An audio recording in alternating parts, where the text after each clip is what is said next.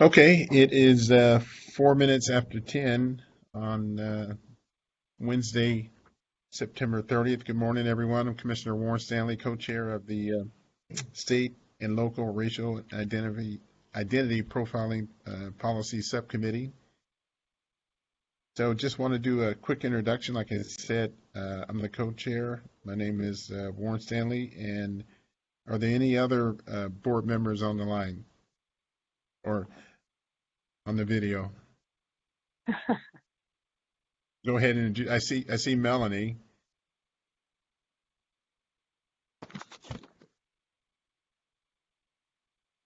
Good morning, Commissioner. John McMahon, too. Good morning, John. Great. Board members, can you introduce yourself? Can you introduce yourselves? Hi, good morning. This is Sahar Durali. I'm also a member of this committee, and I am an Associate Director of Litigation and Policy at Neighborhood Legal Services of Los Angeles County. Good morning, Sahar. Good to see you as usual. And I believe. Good morning. Good morning, Melanie. Are you? I see you. Hi, I'm Melanie Ochoa. I'm a senior staff attorney at the ACLU of Southern California. I'm a member of this committee. Good morning to everyone. Good morning. And Chair McMahon introduced himself a minute ago. Any other board members?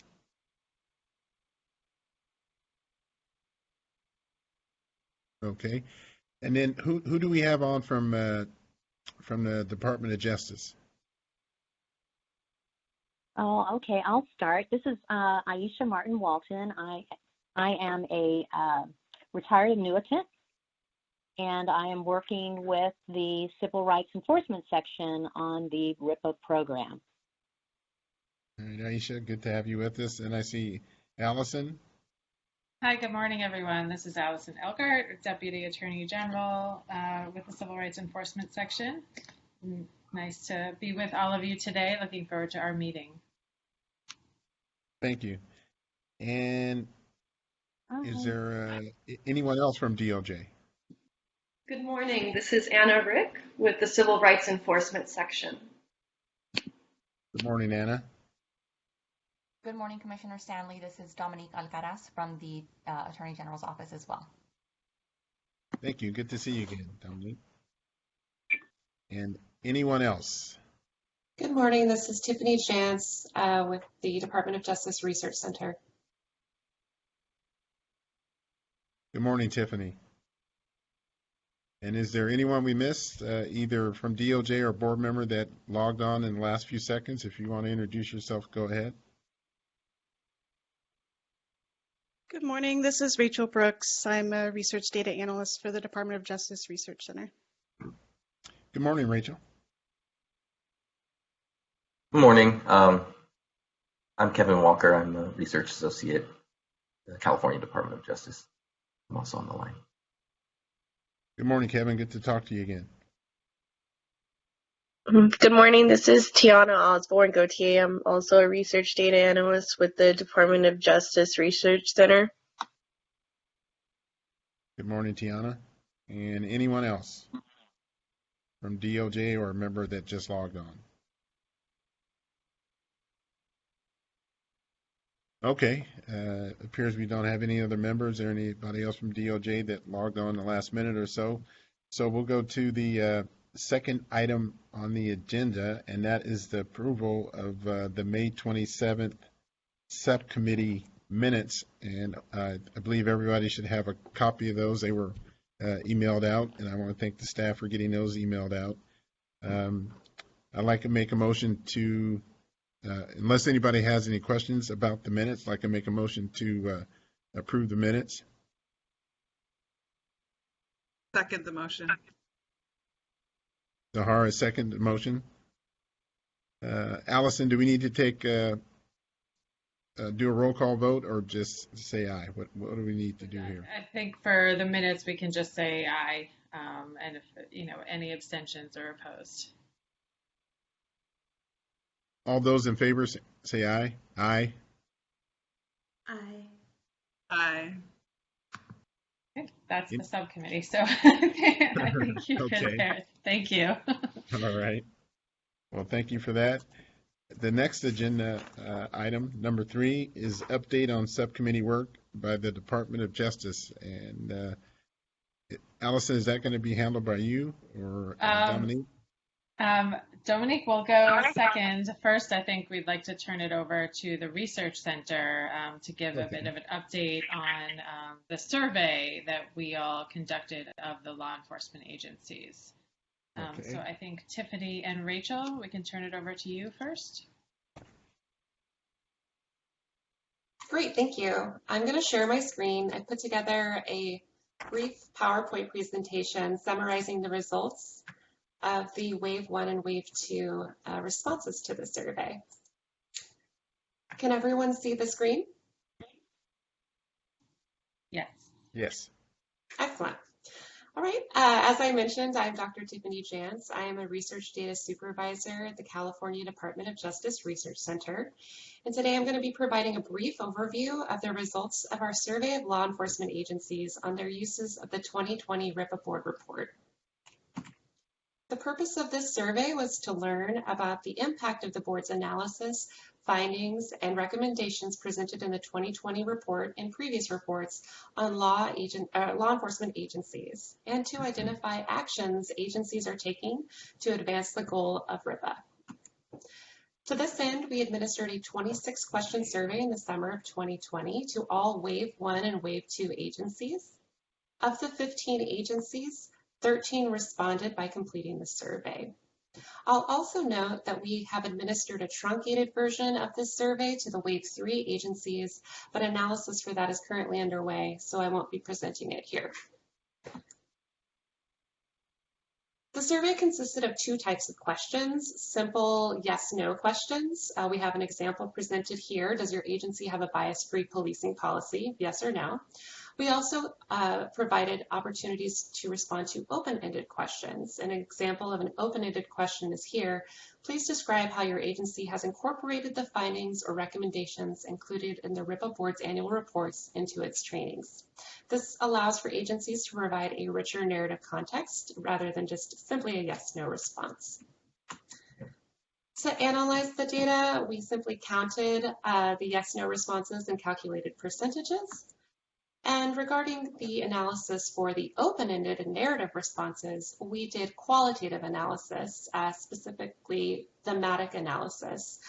Thematic analysis involves reviewing all of the text responses provided to a survey, coding them, and then looking for similarities in codes across responses so you can identify patterns across the different results.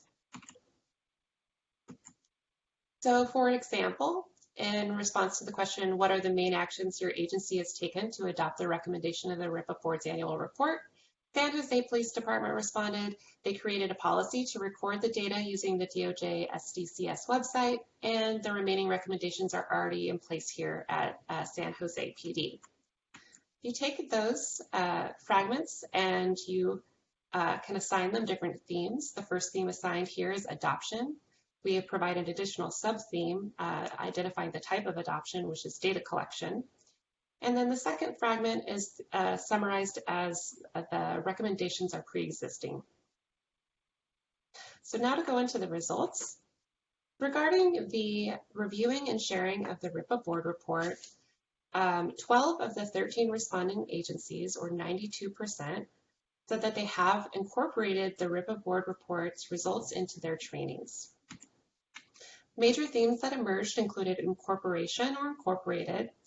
We have an example from Orange County Sheriff's Department. We've implemented a training video and a bulletin to educate department members, and that some of their trainings are under review or in progress. San Diego Police Department states that they're in the process of developing implicit bias and bias by proxy training for its civilian personnel based on board recommendations. 10 of the 13 responding agencies, or 78%, said that they review the data with staff.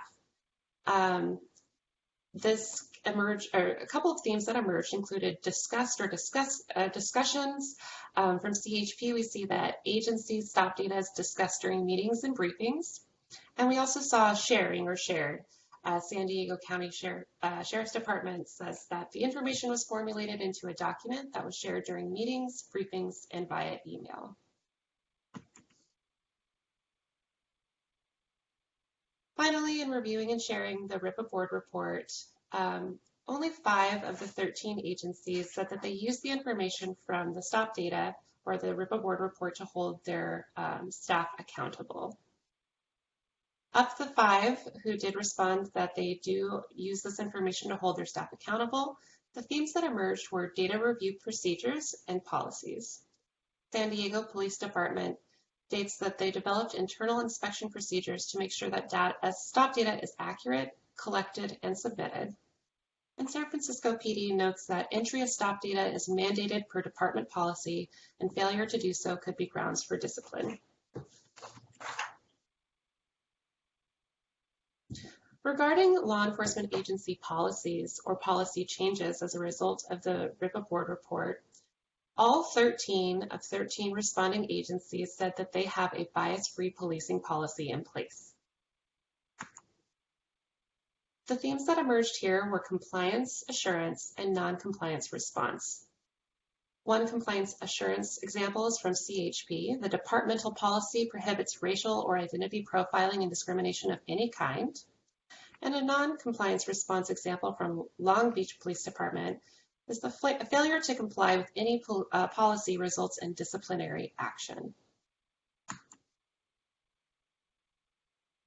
12 of the 13 responding agencies said that they adopted some form of a RIPA board policy. Because this is the policy subcommittee, I'm going to spend a little bit more time talking about this. One of the major themes that we observed was adoption. The department updated its non-biased policing policy and tried to include the best practice recommendations from the RIPA board report, according to San Diego Police Department. Similarly, San Bernardino County Sheriff's Department amended and adopted recommended policies and procedures. Another major theme that we witnessed was that if they hadn't already adopted some policies, they were in the process of adopting some policies, or they're under review. The CHP is currently revising departmental policies to include language and guidance developed by the RIPA board. And Riverside County Sheriff's Department states that we have reviewed and discussed the recommendations internally and are looking for ways to address them. Finally, it's also worth noting that 10 of the 13 agencies responding said that they adopted a model bias-free policing policy as recommended by the RIPA board. Finally, a brief overview of the STOP data analysis questions provided in the survey. 9 of the 13 reporting agencies, or 69%, said that they analyzed some of their STOP data. Most reported to analyze all of the categories. Benchmarks, when provided, tended to be area-specific based comparisons, including comparisons against population estimates or crime statistics. And 7 respondents reported sharing analysis internally, and 6 reported sharing analysis externally or plans to share analysis externally in the future. 5 of 13 agencies, or 38%, used the RIPA board report to identify trends in their own data. However, only 3 agencies provided further response to this question, so we weren't able to identify themes. But the general consensus was that they were using this information to develop additional ways to analyze their STOP data and identify patterns in their own STOP data. Lastly, there were some reported barriers to analyzing STOP data from different agencies. The most prevalent barrier was additional funding or resources. Another barrier was integration of data collection systems, and finally, the absence of variables. An example from Sacramento Police Department is that barriers that preclude our agency from analyzing the STOP data is the lack of staffing and the time restraints. Regarding the data integration barrier, Long Beach Police Department reported it has been challenging to identify the other data sets that may have a relationship to the STOP data for thorough and complete analysis. So that was a high-level overview of the responses that we received. While we received affirmative responses that many law enforcement agencies are adopting these recommendations, they're including them in trainings, they're reviewing them with staff, we didn't get much information on how that's being done on the ground. Additionally, we'd love to get some more specific categories that agencies are using in their stop data analysis and more specifics in the near future. So those are points of further discussion for future surveys. And so that concludes my brief overview of the results of the Wave 1, Wave 2 Law Enforcement Agency Survey. And I'll open it up to the board if you have any questions.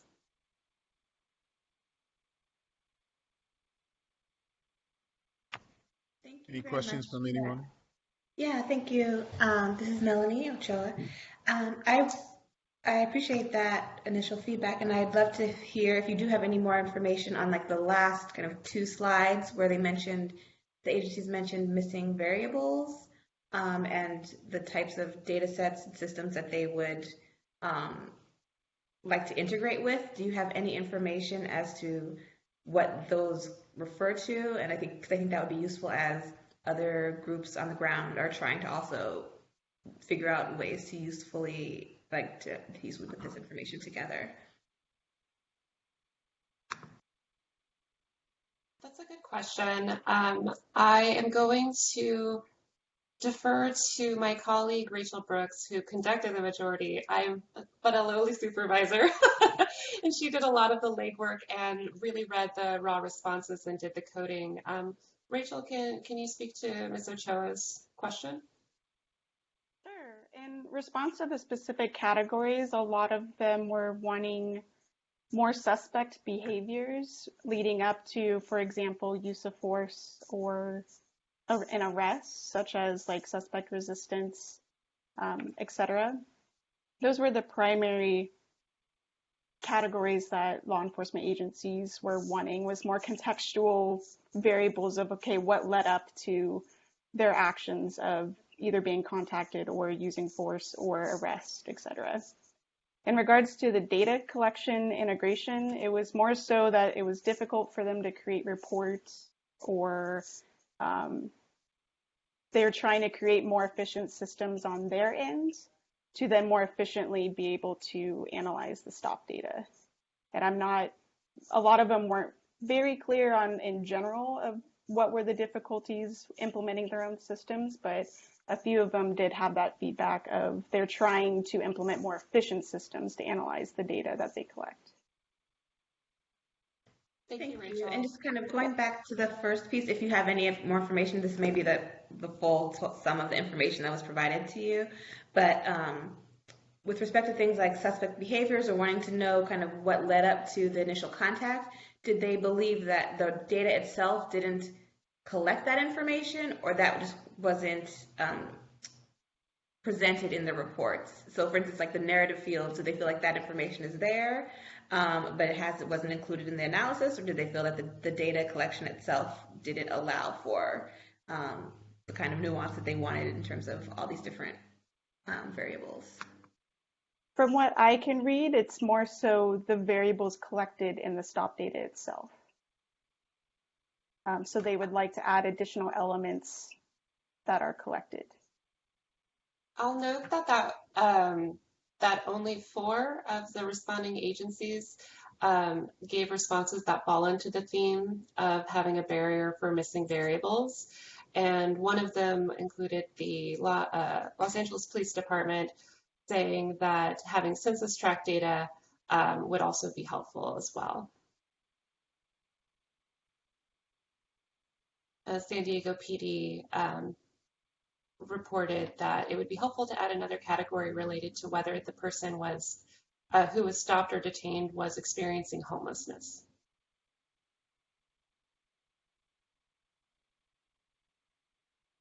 I have a question, more of like a comment, but it seems like some of the responses, and I don't know if it's because you're summarizing them for a presentation or if they came like this. You know, we say an agency says we reviewed the data or we're using it as a basis for discipline. Did we get details in terms of how that's being done? Because some of the responses almost seem cursory. And I think in the future, perhaps what might make sense, because I know this is such a heavy lift for the DOJ, is doing a random sample of agencies rather than all of them to do a deeper dive on some of these questions. So some people are saying we've adopted all your policies, or we have all your policies in place already. What does that actually mean? We've discussed this with outside and inside. Well, what exactly have you done? I think that would be much more helpful, because I think the way the survey is designed, and I know it was a super heavy lift and it has provided tons of useful information, I'm not sure it's giving us the depth of what I want to see in terms of how these recommendations are actually being implemented. So maybe in the future, a random selection might make sense. Was it that they did provide that level of depth, and it just we can't talk about it all in the presentation? So that's an excellent question. I'll say that the depth of information provided in the open field, the open response fields, varied from agency to agency pretty widely. And then I'll say that across questions too, the depth of responses varied. So it could certainly be the case that we either follow up with certain agencies or in the future we sample and ask more specific probing questions to a subset of the agencies, especially as we onboard more and more agencies. The qualitative analysis can become quite daunting. Yeah, absolutely. I totally hear that. Even now with this many, it's really challenging. I think it would be useful, though, to know exactly how these recommendations are being implemented beyond, we discuss this with our staff. What does that mean? Is it in a quarterly training? How is it being used, etc.? Agreed. Thank you for that comment.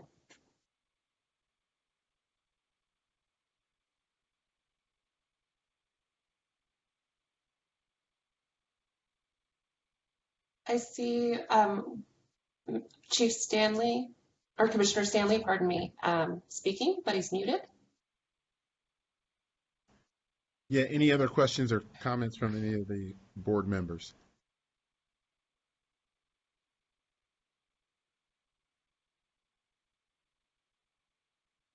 Okay, none. Okay, next would be the update on subcommittee work by DOJ. Thanks, Commissioner Stanley. I just wanted to give a quick update for those of you who can't see me. This is Allison Elgart from DOJ. Before I turn it over to Dominique, who's going to talk a little bit more about some of the policies and accountability section, I wanted to just explain to the board, and then Dominique, you may be going into this in greater detail, but I wanted to explain that what we did not have time to do before this meeting, but the plan for the board report is to actually take highlights from the survey results. So have kind of a section on explaining the survey and how it was conducted and some of the major highlights, and then also have some narrative explanations for the different sections. Have some narrative explanations within, for example, the policies and accountability section to the questions that pertain to policies, the model policies, the model language that's in the report. Same for stop data, the same for civilian complaints. So the idea would be that you have a copy of the survey analysis in your meeting materials, and those were also posted to the website. And so our plan was to pull out highlights and have the full analysis in the appendix because as you may have seen from the last report and as we're coming up to the next version of the report for the November board meeting, the report is well over 100 pages at this point. And so in the interest of trying to keep the report understandable and have it flow well, our thought was to put most of the survey analysis in the appendix along with the questions so everyone could look at them in more detail, but then pull out highlights, have an executive summary or something along those lines for the main takeaways from some of the things we found in the survey, and also incorporate into the different contents of the report the relevant, some relevant narrative around the report.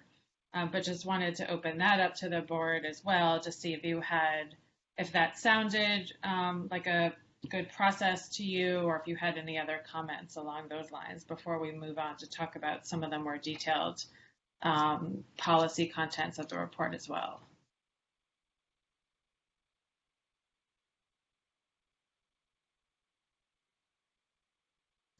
That seems appropriate to me. I don't know if anyone else has strong feelings, but that. Great, thank you. I believe it'd be great to have that information in there. I know when I got it late yesterday afternoon, I looked at it briefly and appreciated the information that was in the survey. And would you be okay with having that full survey and analysis in the appendix, but then pulling out highlights to incorporate throughout the report, along with a summary of the survey and how it was done? Yeah, that would be fine. Okay, great. Okay, thank you all. Sorry. Kind of addendum to that is that I agree that it to the extent there is more explicit data information about things, that would be the most useful to have versus some of the higher level, I guess, depending on what you mean by excerpts, I guess, or references to the different responses to from the different agencies. I think as explicit as it can be about exactly what they're doing and what they're incorporating would be the most valuable, even if it can't be done for all of the agencies and it's only a fraction or in certain categories. But definitely agree keeping things in the appendix, at least having things in the appendix would be very valuable too. Okay, great. Thank you. That's helpful. Okay, well, with that, thank you all for that feedback. That is helpful. And so you should be able to, we should have a draft of that by the next full board meeting for November. But with that, I'll turn it over to Dominique to update you all on the rest of the policies and accountability section. Hey everyone, I have a PowerPoint slide as well for this presentation, so let me just get that started so we can begin. Can you all see the screen?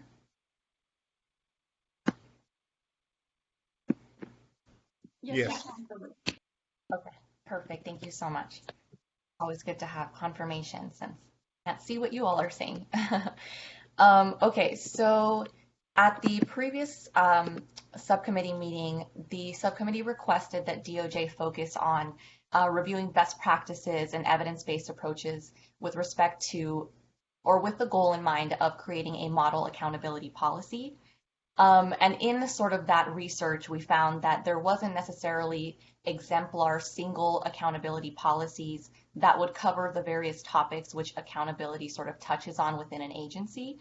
And so we figured that similar to what this subcommittee did in 2019 with respect to best practices around bias-free policing policies, we figured we can look at the concept or the areas which accountability will touch and incorporate best practices for each of those areas to then in a future report, like we did with bias-free policing policy, find a way to create, say, model language and then a kind of model accountability policy. And so the different areas that we came upon during this research was 10 different areas that you see on the screen that I'll go into specifically, but I want to note that early intervention systems won't be discussed in detail at this meeting. The Civilian Complaint Subcommittee requested that we do research on early intervention systems specifically, so that presentation will be taking place tomorrow at 3 p.m. at the Civilian Complaint Subcommittee meeting, only because it is much more information than we have time to discuss at this subcommittee meeting. So with respect to data tracking and transparency, overall, sorry, I should back up for a second to explain a little bit about what we looked at. So in this research, we looked at consent decrees that the US DOJ has entered into with other agencies and the specific items which they did to reform an agency's accountability system. We also looked at research from police research organizations or criminal justice research organizations and civil rights organizations. And these topic areas were all discussed by many of them. So with respect to data tracking and transparency, the overall sort of feature in here, the best practice regarding data tracking and transparency, is that data should be tracked of all police interactions or police actions taken by officers within an agency. That data should be tracked and analyzed in order to find trends and use that data to then or incorporate that data when oversight is taking place via supervisors.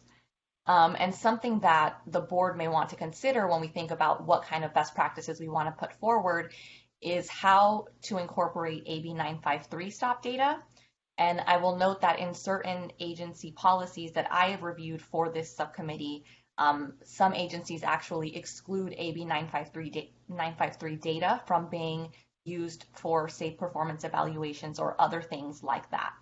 And so that's just something that you all may want to consider. With respect to video technology, while it is useful and important for agencies to have such things as in-car dash cameras or body-worn cameras, research has shown that these technologies are only as good as the policies which the agencies have on these technologies, and ensuring that there is accountability to those policies. So for example, there was a research study that showed that when there are good policies on video technology usage, use of force incidents do fall, and in that specific research fell by 37%. But when officers are using their discretion and not necessarily following a policy that the agency has, use of force actually rose by 71%. And so making sure that there are clear policies on video technology, that those policies or any sort of discretion that officers take is tracked and corrected in order to ensure that these technologies are being used for the purposes of accountability and better relationship with the community. Now the next area is discipline policies, and I've separated them two different slides. One is specifically about sort of what policies and procedures should include, those best practices that are listed here. Overall, it's that there should be some type of progressive discipline, that discipline should be tracked in some kind of system, which would be, say, like EIS, early intervention systems, that there are different types of interventions taken, and that whenever there is, say, a disciplinary board, those types of boards should not be made up exclusively or primarily of law enforcement, but also include, say, community members. The second piece to discipline is how an MOU with the officers union or supervisors union may affect the types of discipline available within an agency, or how discipline can be implemented. The first is that MOUs often dictate what kind of leave officers are permitted to take when there is an investigation of some kind of incident. Best practice would be not to allow officers to take other types of leave in lieu of disciplinary suspension, because then that deterrent effect of that type of suspension is no longer in effect.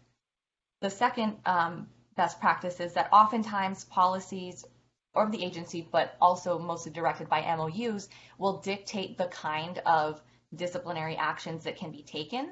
And it is important that the best practice be that the agency figure out what is best for their agency, not just directed by MOUs. And any documentation about discipline should also not be just be directed by MOUs, but best practice is to ensure that documentation of disciplinary actions is maintained with the agency forever. If an officer is to, say, transfer to another agency, they should still keep those documents for a few years, 5 years, unless specific types of allegations such as sexual misconduct or violence or excessive use of force, those sort of documents should be kept with the agency forever. Now, the next piece to accountability systems that we found in all of this research is supervisors. And supervisory oversight both of line officers, but also supervisory oversight of first line supervisors who have the most direct contact with officers who are doing their jobs. So supervisor oversight of line officers, the overarching best principles for this specific section is that there be a sufficient number of first line supervisors, that those supervisors are adequately trained on how to be leaders, how to identify issues, and that they are also have a workload that allows them to be proactive and engage supervisors with their line officers. This would require them to be able to review arrest reports or officer activity reports on a daily basis, and to review those to ensure that the actions they are taking are in line with the Constitution or law or policy. It is also important that supervisors understand their role in oversight and how to direct their line officers to certain interventions that may be necessary in order to correct behavior. And it's also important that, in addition to adequate staffing of supervisors, that line officers are provided with a single consistent supervisor who works on the same shift, so that it is easier for sort of active participation of supervision to see them in action on the street, for example, to identify behaviors that may need to be corrected. And so here's a very thorough list of the types of trainings that that first line supervisors should be given. Best practices show that they must be provided guidance on how to guide line officers, how to de-escalate conflict, how to get to the root of whatever problem may exist in an officer's life, professionally or personally, that may be affecting their job. And it's also important that supervisors are trained on different types of interventions that they may provide to their officers, how to investigate officer misconduct, and ensure that there is consistency across first line supervisors of those types of interventions, that kind of counseling of officers. And it's also critical, best practice wise, to ensure that supervisors are held directly accountable for line officer behavior, and that the supervisors of the first line supervisors, so that would be higher command staff, are also sort of tracking and checking in with supervisors to ensure that they are doing an effective job at supervising line officers. Now, the next area of accountability systems is misconduct complaints, investigation of misconduct complaints. Overall, the best practices for this section is to ensure that any and all allegations of misconduct, either brought by members of the public or brought internally by peers or supervisors, be investigated, thoroughly investigated. And that investigators who are participating in these investigations are also given specialized training on how to conduct these investigations. And it's important that any investigations of misconduct not include those who may be connected. So say a supervisor who oversees the line officer involved and may have authorized that line officer to take a particular action, they should not be involved in the investigation process. And another best practice that we learned of is that community members should also be found. There should be ways for them to participate in kind of civilian complaint investigations, whether that is through a civilian oversight board or public meetings where folks can sort of express their concerns. There should be more avenues for the members of the community to be able to submit complaints and be involved in the investigations. Another part of accountability systems is to ensure that there are clear policies and pathways to submit complaints about folks who are not following the policies. The clear policies should explicitly provide that all officers are required to police in a constitutional manner and follow all laws and policies of the agency. And that these policies should also clearly expect that the officers will be held to the highest standards of integrity, and that any failure to report misconduct is considered egregious. It is also important that in order to sort of break some of the cultural barriers to accountability in law enforcement, it is also a best practice that agencies create a pathway for officers to be able to report their peers in a confidential or anonymous manner. A critical piece to accountability systems includes community-based accountability. That may include community advisory bodies, which can often advise the agency on best practices in policies or best practices in engaging with folks of the community. This also includes civilian oversight bodies, which specifically would participate in the investigation of civilian complaints. But any sort of civilian oversight body should be independent and have teeth to it to allow it to do the proper types of investigations. Another best practice is to conduct an annual community survey that includes questions like, what is the satisfaction of the community of the police in their neighborhood? How do they feel about the personal attitudes of the officers? What are the quality of the interactions like? And any kind of annual community survey should also make sure to be representative of the community that the agency works in, and should be provided in multiple types of languages for that community to ensure that that is exactly a representative sample of folks experiencing policing in that area.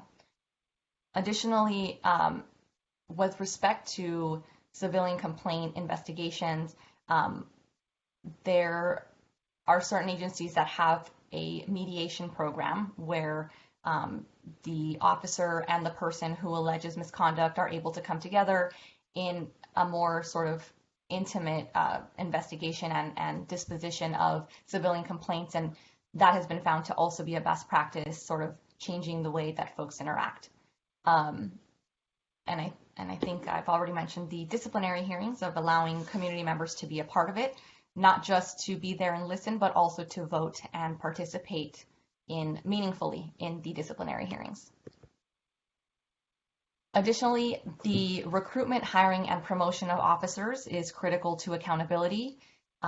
What we have seen is not only is it important to consider diversity in recruitment, hiring, and promotion, but also to ensure that officers who may have some kind of disciplinary history or history of civilian complaints are not necessarily promoted without that being a consideration.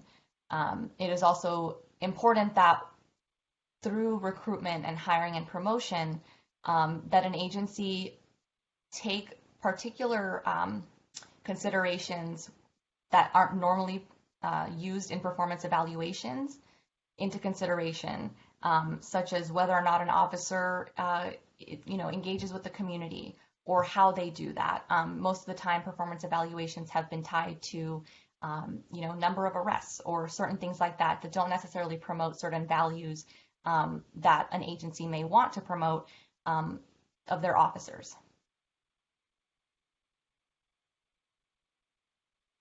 And so these bullet points here are some of the best practices of certain types of considerations for performance evaluations. So one of them, like I said, is engagement with the community. Another one is a commitment to bias-free policing.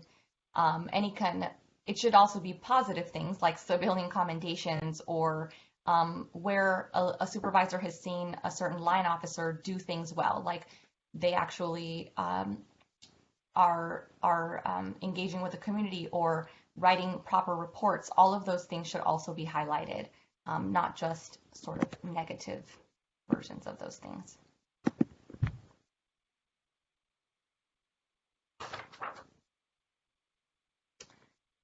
And that covers all 10 of the sort of concept areas with respect to accountability systems. and I'm happy to take questions or discussion of those items. And I'm happy to also put anything back on the screen that folks want to review again. I know it was a lot of information.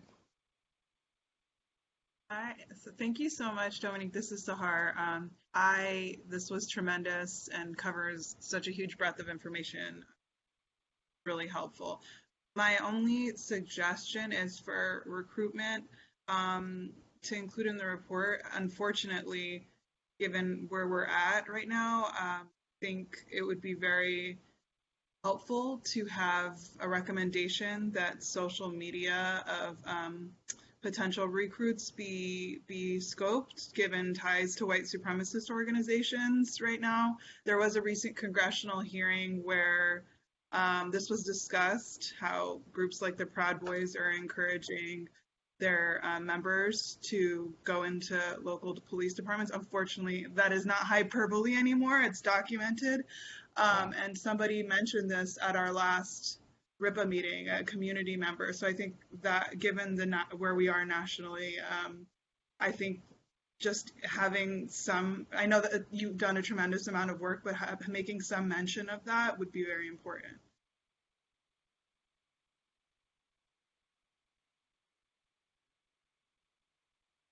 Thank you, Sahar. I definitely will note that. And I will also share that in the post subcommittee or in the post section of the report, that also will be discussed, sort of a more in-depth discussion of recruitment, hiring, and diversity in law enforcement. Oh, great.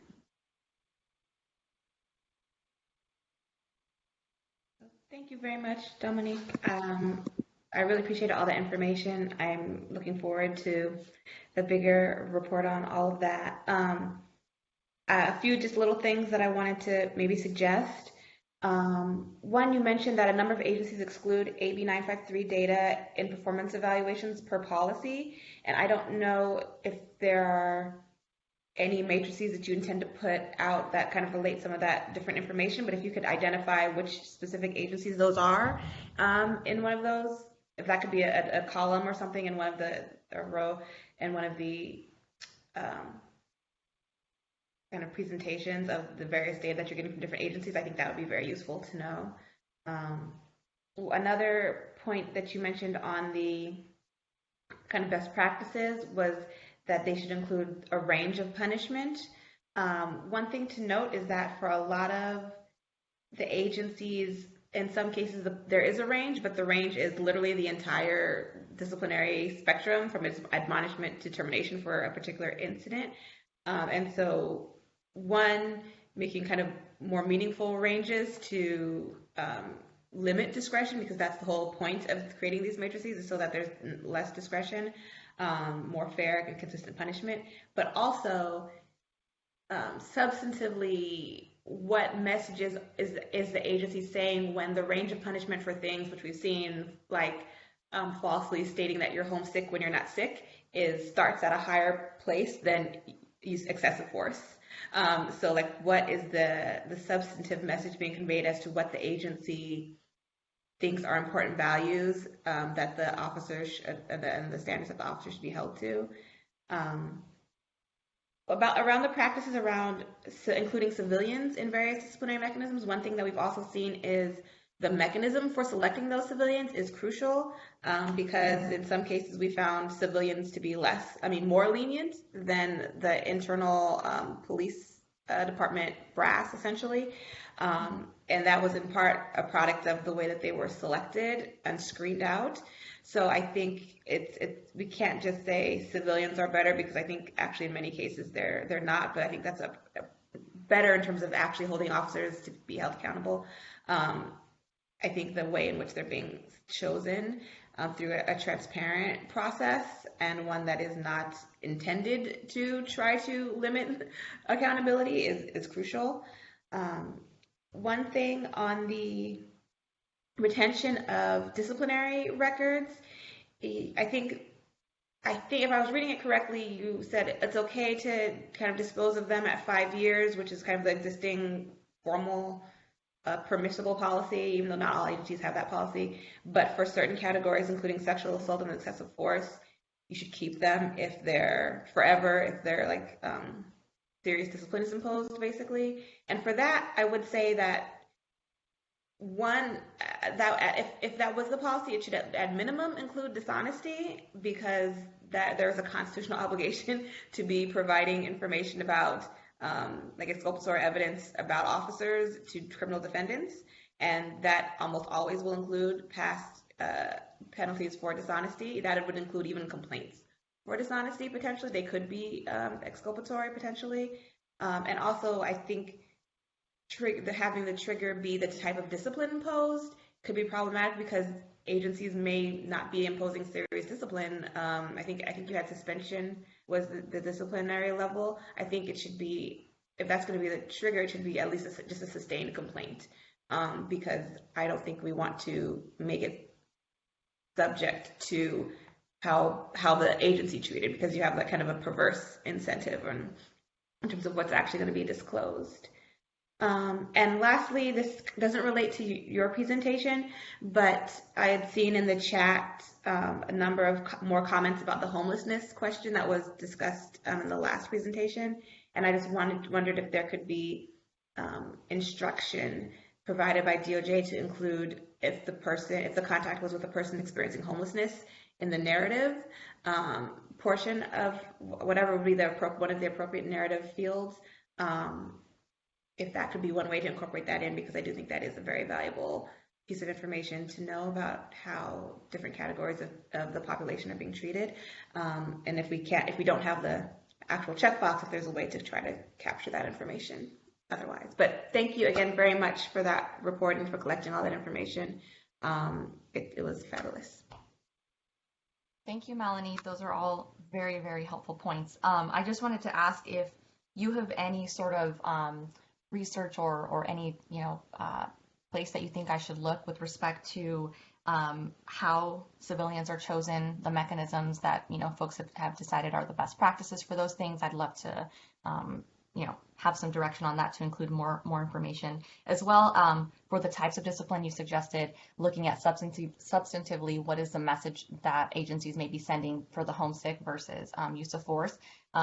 If there's also any sort of material on that, I'd be happy and open to reviewing that for this section. If you shoot me your email and we can correspond and follow up, that'd be great. Okay. Is there any other comments or questions from board members?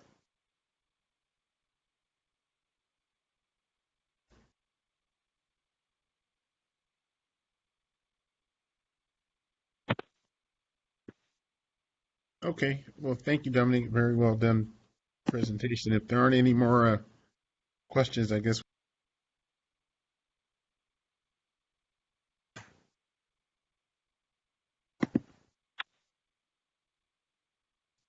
Commissioner Stanley, I think you somehow got muted. We heard you in the beginning and now we don't hear you anymore. Okay. Can you hear me now? Yes, we can. Okay, thank you. If there aren't any more questions or comments regarding Dominique's presentation, we'll move on to the next agenda item, which is discussion of proposed subcommittee report contents.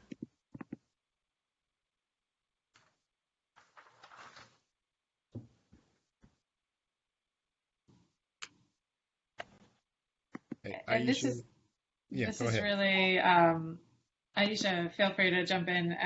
This is really up to you all. I'll turn it over to Aisha, but really, based on what you heard today and, what we've all talked about, if you have other ideas for, obviously we are at a point late in the year where there's, we have limited ability to incorporate more things in this report, but if you have ideas about how you want to structure this section or anything you think should be included or anything you think, you want to look ahead for next year, since we always include some of that in the report as well. This is an opportunity for anything that we've discussed today or anything else that you may think of that you might want to include.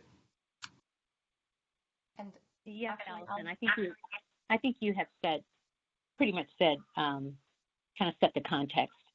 Looking at the report that was submitted to you and shared September 2nd and what you heard today, and just thinking about what you think of those documents and where you think the what that chapter of the report for 2021 should cover. Should it cover the elements that were presented today from the survey, from Dominique's presentation, and then thinking about next steps?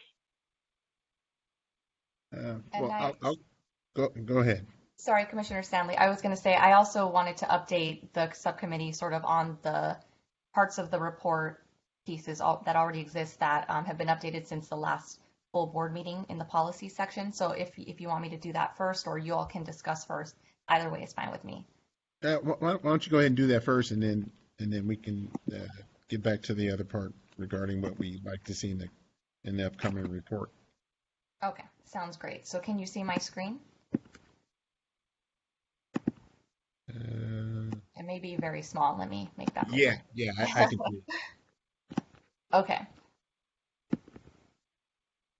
Okay, so I was able to share with you all a little bit at the full board meeting, but not sort of review the policy matrix in detail and the things that have been updated since the last subcommittee meeting in June. So I just kind of wanted to go over that a little bit and see if there are other things that you all want to include in this section, or to follow up on, or things like that.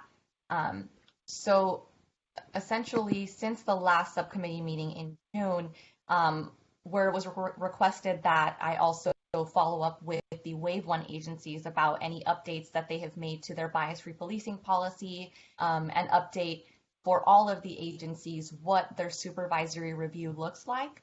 I have included that in this section. Oh, apologies, this PDF is not working well. So now each of the agencies have a section about their supervisory review, and usually in this section it's at the end of the paragraph. But there are a lot more details on what they do, how they do it, if the agency has that. I will note that most of the supervisory review for the bias-free policing policy is specific to supervisory review and accountability on submitting RIPA stop data. I think that those are sort of what the details that I got from the follow-up. While there may be some supervisory review of bias-free policing as a concept, as a practice, that usually comes from what I've been explained through the civilian complaint investigation process. So that's just something I think the subcommittee would like to know. And I will say that some of the major updates from the Wave 1 agencies, and sorry, I'm trying to roll down to that section. Here we go.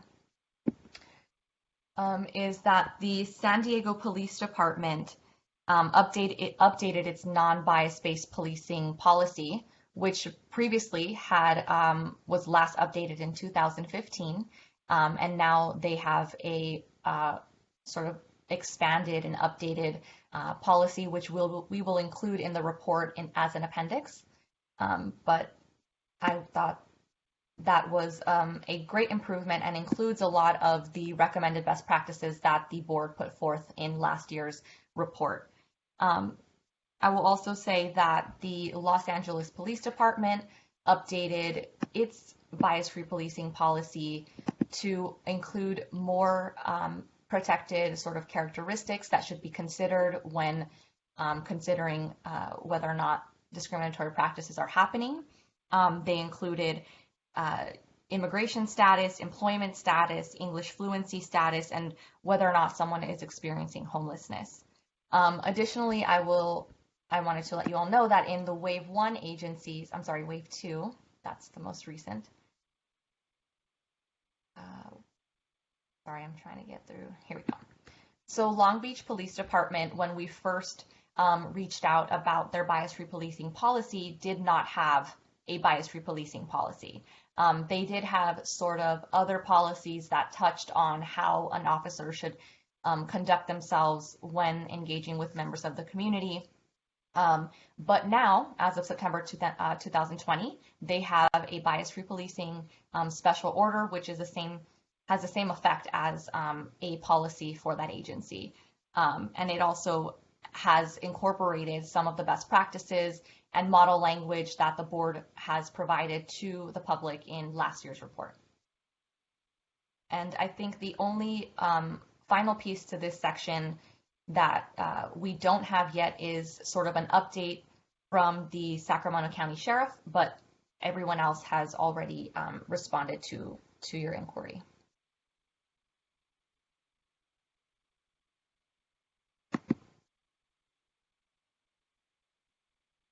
And hopefully you all may have had a chance to read this section, but I'm open to sort of any questions or comments you all have or discussion of what you all want to be included in the report.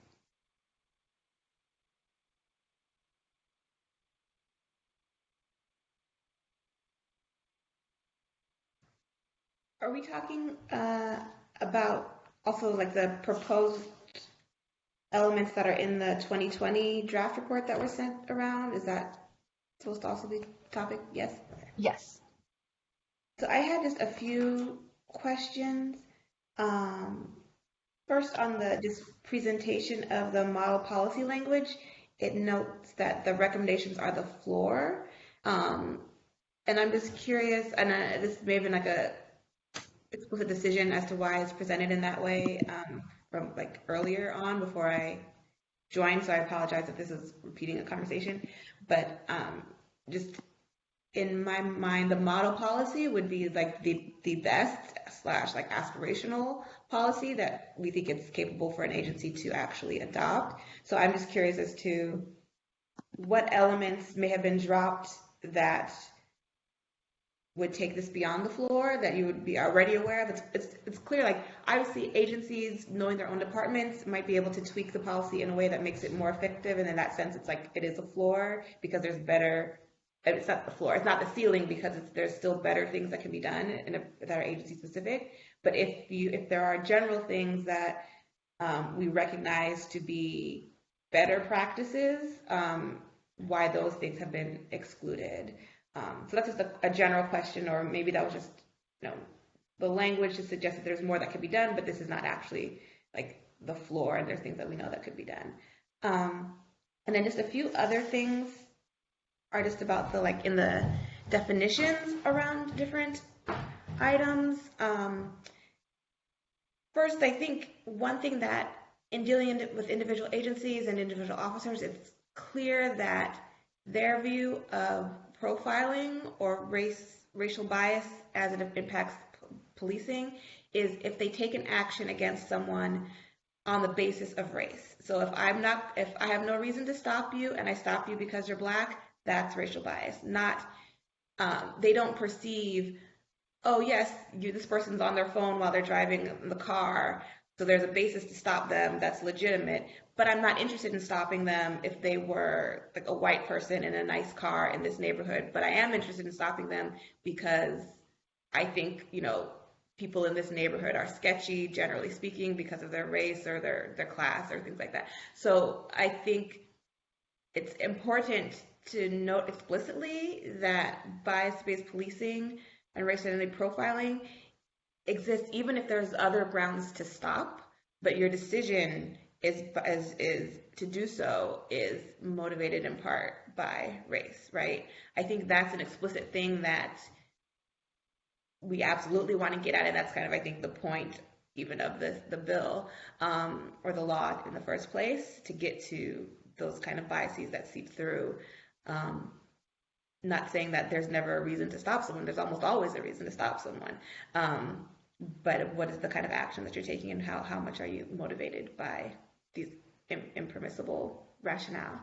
And I would also just love to see some more explicit language around some of the things, like when you define racial identity profiling, to explicitly say this is prohibited, and language, not just say oh, it's when you choose to stop someone, rely to any degree or blah blah blah, explicitly say, and it's prohibited conduct, right? And or reasonable suspicion to detain, it's these are facts that are, but also saying reasonable suspicion is necessary to X, or the probable cause to arrest, like without it, you cannot legally detain someone. Like those kind of explicit statements that these are not just like nice concepts. These are like mandatory things that cannot or can or must or cannot, occur for them to take action. I think that explicit statement would be useful, even though it's maybe not.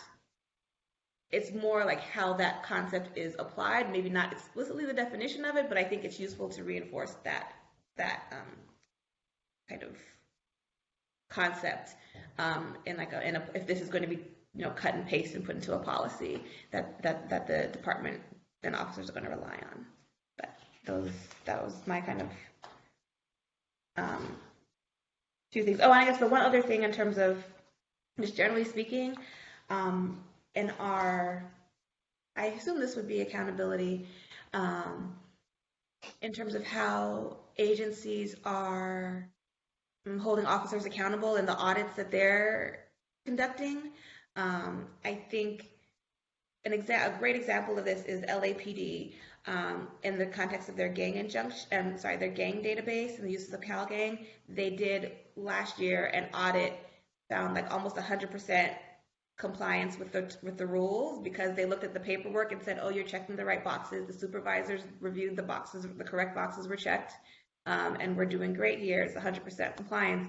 This year, they did an audit that actually looked at the substance, so looked at the body camera of like the actual encounters that the officers were filling out the paperwork for, and found that it didn't match up a lot of times, and it was so bad, compliance was so bad that they had to actually withdraw from CalGang. So I think making a specific explicit recommendation that any review or audits or even spot checks of officers go back. It's not just a look at the form to see if it's filled out correctly, but actually goes to any corresponding police reports, any body camera that might be available, because I think it's going to be very easy to look like everything is being done correctly, even when there's really a substantial disconnect between what's being written down and what's actually going on in individual encounters.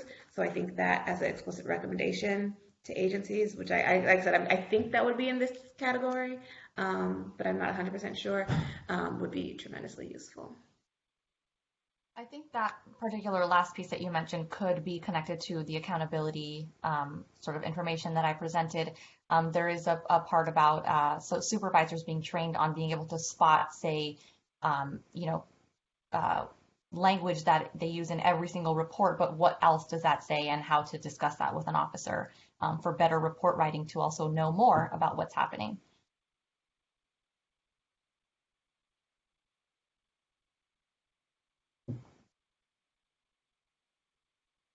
But yeah, and if you could just talk to why the language of chosen that this is a floor, that the model policy is a floor, that would be great. Yes. Is that language that you say is in this section or this year's report, or is that from 2019 where the definitions were provided?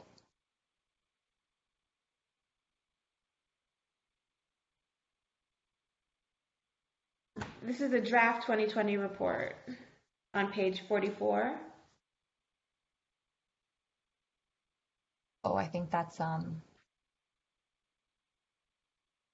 I'm looking at a different one. But I mean, from what I remember, and I also may not have been here for the entire sort of discussion of the subcommittee for this, but I think what you said really hits why that language is included, is that agencies may do things a little differently to accommodate for however they work and what works in their agency or what works in their community. But I don't think that from the language or the sections that were discussed in previous reports, none of the sort of areas were dropped.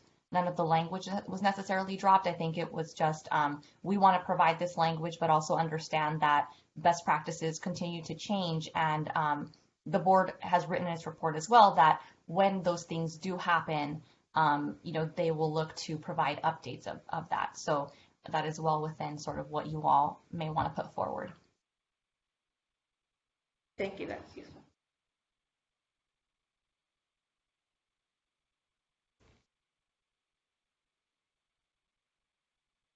Okay. Any more comments on proposed report content from any board members?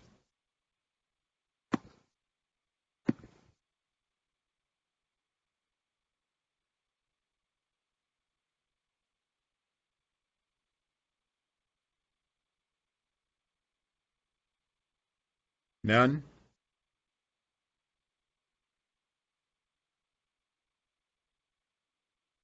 Okay, Aisha, should we go to public comment now?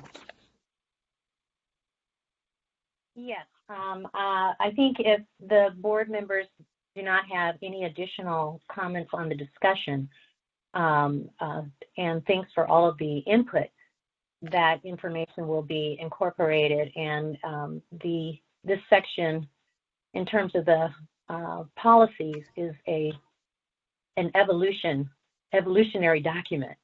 So it will be continued to be worked on in each report and refined and working with the different agencies. So with that, I think yes, Allison, unless there's something else that needs to be done, I think Commissioner, yes, this is the time to receive public comment. Yes, I think we are ready for that.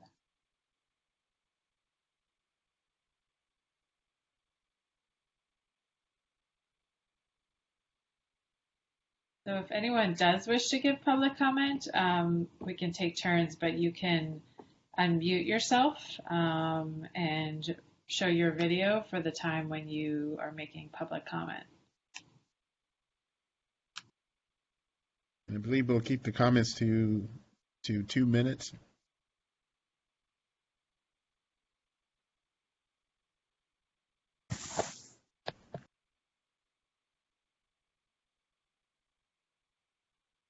Hi, this is Michelle Wittig in Santa Monica.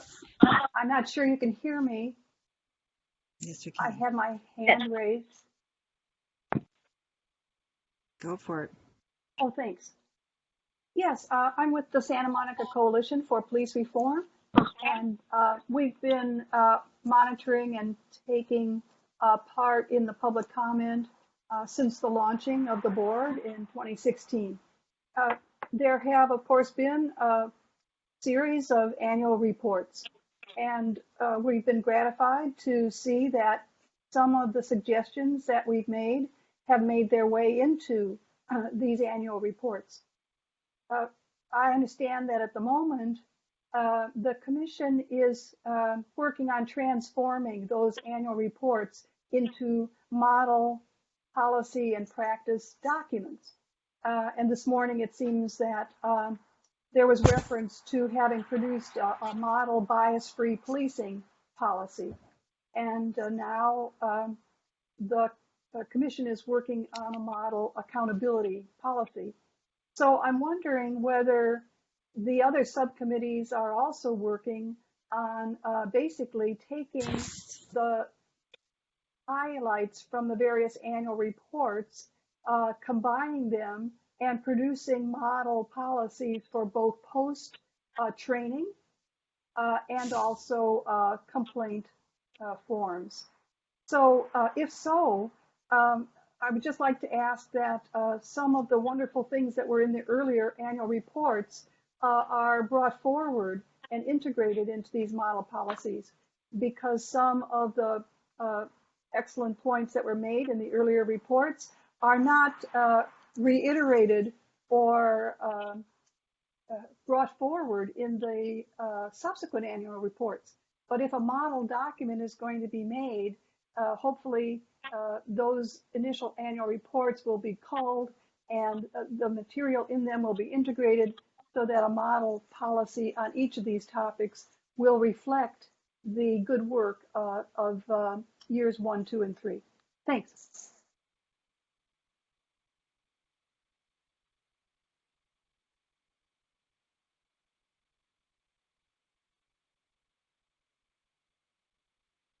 Okay, are there any other public comments?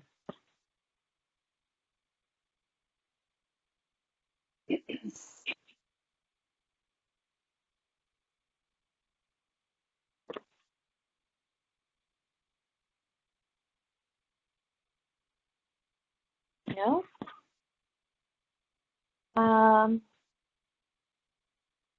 No other public comments from Northern California, Central California, or Southern California. Zero. Hello, excuse me? I think we heard someone.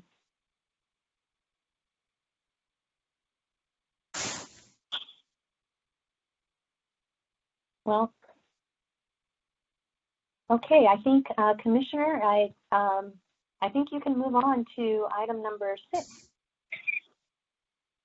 Okay, which is discussion on next steps. But I would just like to say, going back to the survey, there was some good information there, and I'm glad we're moving forward with putting that information in the report coming up.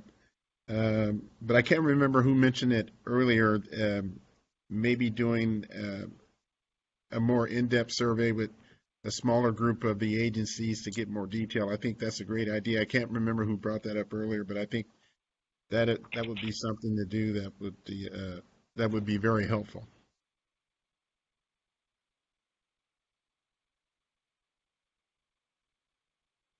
I don't know if anyone else had any more thoughts on that.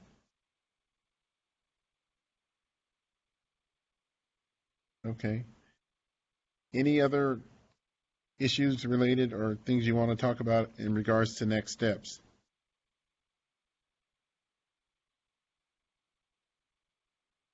Okay, I do have a question. Aisha, are we scheduled to have any more subcommittee meetings prior to the end of the year? No, this is the last subcommittee Okay. meeting for this particular committee. Okay. The And next meeting will be the large full board meeting in November. yeah, I think that's November 5th or 6th. Yes, the 5th. Okay. Okay. Any of the other board members have any comments or concerns or anything related to next steps?